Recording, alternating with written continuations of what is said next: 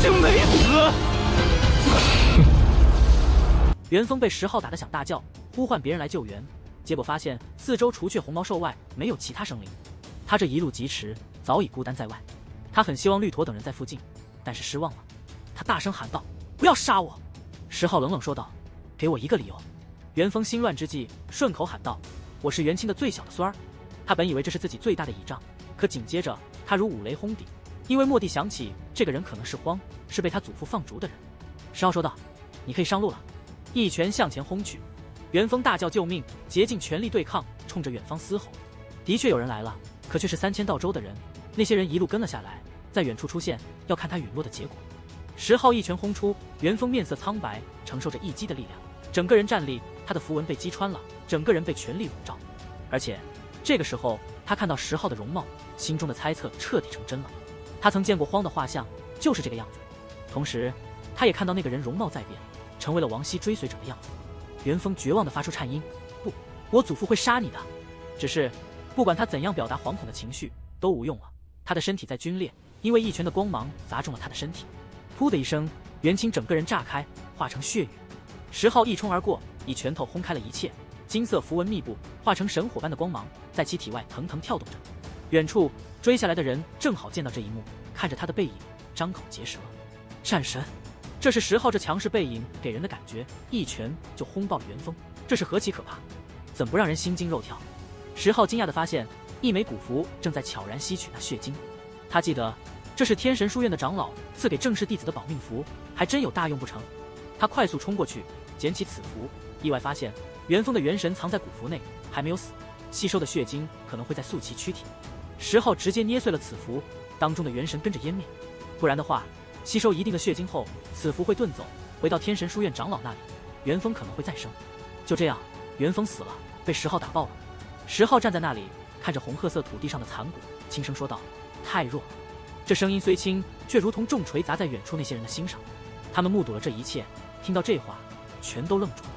元丰啊，那可是修出2道仙气的强者，永冠一域的存在，居然被说成太弱，这让他们不禁想问：这10号到底是谁？10号全身被符文笼罩，真身隐匿其中，他还不想暴露身份，但他也不想让元清好过，于是用元丰的血在地上刻写血书，大意是说元清无德，徇私送子孙进天神书院，结果元丰不堪一击。这要是让元清知道了，非气疯不可。元丰是他最宠爱的幼孙，被寄予厚望，可如今却被人一拳打爆，这得多憋屈啊！消息很快传开，人们议论纷纷，有人同情元清，有人则冷嘲热讽。就在这时，大地开始颤动，红毛兽发狂般的冲击而来，他们身后还有更强大的巨兽，如金色的古神、6翼的魔禽等，气势汹汹。10号一拳击杀一头金色古神，眉头微蹙，心想这得杀到什么时候？他冲回王熙身边，而这边的气氛已经紧张到了极点。王熙与绿驼对峙，妖月公主与玄坤也在对峙，周围还有诸多追随者，红毛兽和其他神魔怪物也在蠢蠢欲动。王熙传音给10号，让他注意别让对方的追随者布阵。10号站在巨石上，随时准备出手。此时战场虽然还未全面爆发，但压抑的气氛让人窒息。红毛兽都被强大的气场所摄，不敢临近。绿驼站在那里，发丝披散，气息恐怖，仿佛可以压制9天10地。王熙则美丽的近乎梦幻，3道仙气环绕，化成花朵绽放又合拢，让天地剧烈战栗。10号不禁吃惊，平日里空灵若仙的王熙，一旦发威，竟如此恐怖。另一边，妖月公主与玄坤的对峙也充满了杀机，混沌气在他们之间涌动，爆炸轰鸣，周围的红毛兽纷纷倒下。大战终于爆发，绿驼勇猛无比，一脚跺下，坚硬的仙家战场都崩开了。他一步迈出，仿佛穿梭时空，目标直指10号。王熙挡在10号身前，双手结印，一口宝瓶喷薄瑞匣，轰向绿驼。2大年轻至尊之间的战斗就此展开。另一边，妖月公主与玄坤也激烈交手，生死搏杀。就在这时，绿驼的追随者冲向10号，其中一人居然有仙气出现，化成大道之花。10号惊讶之余，动用缩地成寸，避过法阵，迎向主攻者。他祭出仙气与拳头凝结，一击必杀，将那人打得血肉模糊。绿驼冷哼一声，道音如炸雷，试图震死10号。王熙发出道音抵消，横移躯体，阻挡绿驼去路，让10号退后。10号明白，王熙不想他枉死，因为面对绿驼，他确实胜算不大。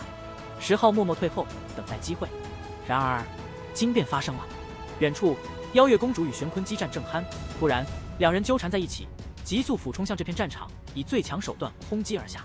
10号心中一凛，这两人不是在搏命吗？怎么突然联手了？他瞬间明白，这是有人暗中联手，要干掉其中一人。10号站在远处，没着急暴露自己的实力，只是安静地看着眼前的混乱。邀月公主，那可是个绝世美女，从天而降，美得像仙子一样。她一出手，洁白的神光就喷薄而出，亮得让人睁不开眼。玄坤也不甘示弱，长啸一声，满头长发飞舞，双手结印，像泰山压顶一样砸了下来，直接把天空都给击塌了。10号心里一惊，以为这俩人是冲着王熙去的。王熙和邀月公主一直不对付，毕竟他们来自不同的长生家族，一直在竞争。可事情的发展出乎他的意料，这俩人居然直接冲着绿驼去了，下手又快又狠，毫不犹豫。王熙也反应过来了，同时出手施展了一种强大的补天功，直接轰向绿驼。这下子3大高手一起出手，把绿驼困在了中间。10号看得目瞪口呆，他没想到邀月公主和王熙居然能放下成见，联手对付绿驼，这明显是早有预谋的。他们早就商量好了要除掉绿驼。这一战太激烈了，虚空都被炸开了，雷鸣声不断，还有真龙、血皇、麒麟这些强大的生物在虚空中飞舞咆哮，各种宝术和古天宫的威势让天地都为之战栗。10号看得心惊胆战，这3大高手的实力太强大了，他们的战斗让整个天地都变得混乱不堪。绿驼虽然厉害，但这次明显是被打了个措手不及。他被3大高手联手攻击，瞬间就负了重伤，大口吐血，从战团中飞了出来，摔向远方。他的追随者惊叫着想要去救他，但已经来不及了。远处的观众们也都看傻了，他们没想到这场战斗会是这样的结果。王熙、邀月公主和玄坤居然联手对付绿驼，这实在是让人意想不到。绿驼虽然逃走了，但已经身受重伤，元气大伤。他燃烧精血，催动自己的天宫，才勉强从这里消失。10号一路跟了下来，但他没有出手，只是远远地看着。他心里有一股冲动，想去追杀重伤的绿驼，但最后还是忍住了。就在这个时候，虚空中突然出现了可怕的闪电，还有龙吟虎啸的声音，各种仙影和仙光澎湃而出。10号心里一紧，他知道这是有人在等着这个机会。果然，邀月公主和玄坤突然出手，攻击了王熙。王熙虽然厉害，但这次面对2大高手的联手攻击，还是负了伤。他嘴角溢血，但还是快速逃离了战场。王熙路过10号身边的时候，发出一片玄光，把他包裹住，带着他一起逃离了。10号问他要不要帮忙，但王熙拒绝了。他知道10号不是他们的对手，不想让他冒险。他们逃了一段距离后，王熙停了下来，快速盘坐下来，吃下一枚神丹，开始疗伤。10号站在一旁为他护法。没过多久，王熙睁开了眼睛，虽然他的伤还没完全好，但他知道不能再停留了，不然可能会被人追上。他们沿着绿驼逃走的方向前进，不久后就看到了绿驼的身影。绿驼虽然受了伤，但他的气势依然很强大。王熙和绿驼对视了一会儿，然后王熙提议他们应该杀回去，让邀月公主和玄坤也负伤，不然他们俩元气大伤，会被当作负伤的猎物，非常被动。绿驼沉默了一会儿，然后点了点头，他们一起向回返。他们隐藏起来，等待机会。不久后，邀月公主和玄坤出现了。王熙和绿驼突然出手，偷袭成功，玄坤被打得血肉模糊，倒了下去。但玄坤也不是一般人，他硬挺了过来，看了邀月公主一眼，然后果断地离开了。邀月公主也转身避退，但还是被王熙和绿驼的攻击所伤，口鼻溢血。10号看得目瞪口呆，这4人原本联手对付绿驼，但转眼间就互相攻击，全都负了伤。早先的联盟太脆弱了，4人心思各异，结果造成了这样的局面。战斗终于停止了，没有人再血拼。10号站在那里，心里在想，他是不是该出手了？邀月公主一路逃离，她那雪白的衣裙都被鲜血染红了，月光洒在她身上，显得格外凄凉。绿驼和王熙也赶紧分开，不再追击邀月，各自朝不同方向跑路。这一场大战，4大年轻至尊都负了重伤，谁也不敢再打下去了，全都选择了避退。10号站在那里，他在琢磨着该去杀谁，结果瞬间就决定了想去杀绿驼。可他刚迈出一步，突然一股恐怖的波动从天际传来，那动静太大了，就像星海坠落在人间，大地都被砸得倾覆了。红褐色的大地开始剧烈摇晃，不断崩开，一股强大的神念扫过，整个山川都被席卷了，万物都跟着悸动，好多山峰都裂开了。10号吓了一跳，赶紧停下脚步，这到底是谁啊？这气息也太可怕了，谁能对抗啊？他赶紧潜到一块巨石后面，一动不动，静静地看着。过了一会儿，最高的一座巨山上出现了一道身影，在昏暗的光线中，那身影很模糊，但黑影高大，雄姿挺拔，压迫感十足。10号大气都不敢出，也不敢用天眼通，怕引起对方的警觉。这人气息太恐怖了，感觉他随便一挥手就能把日月星辰给拍下来。10号虽然没用天眼，但他还是看清了，那个人居然没有头颅，背对着他们，脖子间鲜血淋淋，像是刚被斩首没多久。他身上的战衣和残破的甲胄都说明他是个古人。这人被斩首很多年了吧？他身上有一股久远的气息，连那血看着都特别诡异。10号心里直犯嘀咕，这么一个生灵没了头还能活蹦乱跳的，太可怕了。这人就像一头至高的战仙，身上有残余的仙气，还带着一种魔性，站在那里感觉就能斩破9天10地。突然这人就消失了，可这片天地瞬间崩开了，轰隆一声巨响，好多山峰都被震碎了，地面裂开了无数黑色的大裂缝，也不知道有多长。10号隐约看到他的背影朝着他们乘坐的黄金战船方向去了。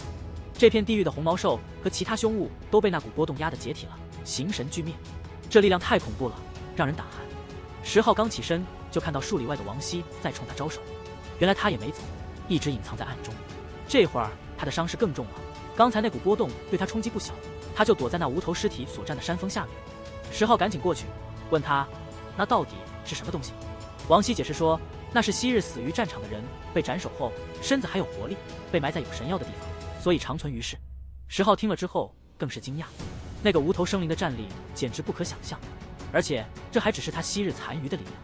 王熙继续说道，别忘了这里是什么地方，仙家战场，能来这里参战的人绝大多数都超越教主，不可揣测，当中甚至还有仙王等。10号接着问，那你现在怎么样？要我帮你吗？王熙瞪了他一眼，说道，我就是负伤了，也用不着你来凑热闹吧，就是想照顾我，也应该说是背吧。10号道，那我背你上路。王熙拒绝了，擦去嘴角的血丝，虽然面色有些苍白，但依旧风华绝代，怎么看都是超然在世的仙子。不过王熙走了一段路后，体力就有些不支了，身体有点踉跄。4大年轻至尊对决时，可以说是4败俱伤，都伤了本源。还好他们都不是平常人，修出了3道仙气，所以还能长存。王熙之所以伤得这么重，主要是因为那无头生灵一脚踏碎大岳，周围的天地都炸开了。他当时就在山脚下，离得太近了，所以伤得很惨。10号和王熙并肩行，没有上前去搀扶。王熙又咳出一些血丝，很不满，回头看了他一眼，说，你怎么这么不自觉？10号说，你不是说不用我照顾吗？边说边扶住了他，问道，看你这么虚弱，想来另外3人也好不到哪里去，我现在带你去杀他们，应该很简单吧？王熙摇头说，不用想了，修出3道仙气，并且结出大道之花后，战力将是本质上的不同，你远不是对手。10号撇嘴，不以为意。他虽然没有达到天神境，但已经修出了2朵大道之花，自信可以出手。王熙说道，道生一，一生二，二生三，三生万物，3花聚顶，远超你的现象，远胜2朵道花的人，你别太自信。10号没有在这方面争执，转移话题说，刚才那无头生灵冲着我们的战船而去了，不会出问题吧？几位长老守得住吗？王熙说，书院中的第2高手来了，持有9黄炉，绝对没问题。天神书院可远比你想象的强，是9天10地中退隐下去的一批古老存在组建的，深不可测。10号点头道，那样就好，免得我们被断了后路。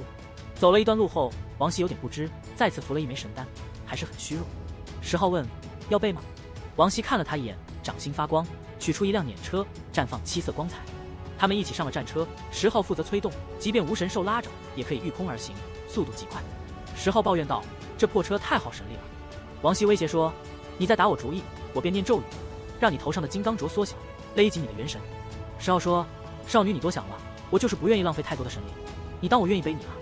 终于他们离开了那片区域，兽潮也散开了，红毛兽等便少了，他们降落在一片宁静之地。按照王熙推测，附近必然有一处宝地，栽种有神药，是那个无头尸体的栖身之地，也许还有仙道传承也说不定。他们准备寻找，将尘封的秘地开凿出来。无头生灵能够长存，肉身有活性，根据推测，肯定是被埋在了长有神药的地方。2人希望那是一座没有被人开掘过仙家洞府，如果是那样的话，收获就太大了。10号说，你疗伤，我去转一转，寻找那秘地。另外，如果能遇上绿驼、玄坤他们，顺手解决掉。王熙翻白眼说道，你能谦虚一点吗？10号一副很诚恳的样子，啊，我这个人最谦逊了，一向说实话，你为什么不信呢？王熙说道，你既然有那么大的本事，就去把妖月给我杀了。10号说，哦，那个捉回来是暖床用的。王熙生气地说道，立刻消失，别在我这里乱语，扰我清静。10号瞬间消失，他在这片古地中移动，寻找神药秘地，同时也在搜寻妖月、绿驼等人。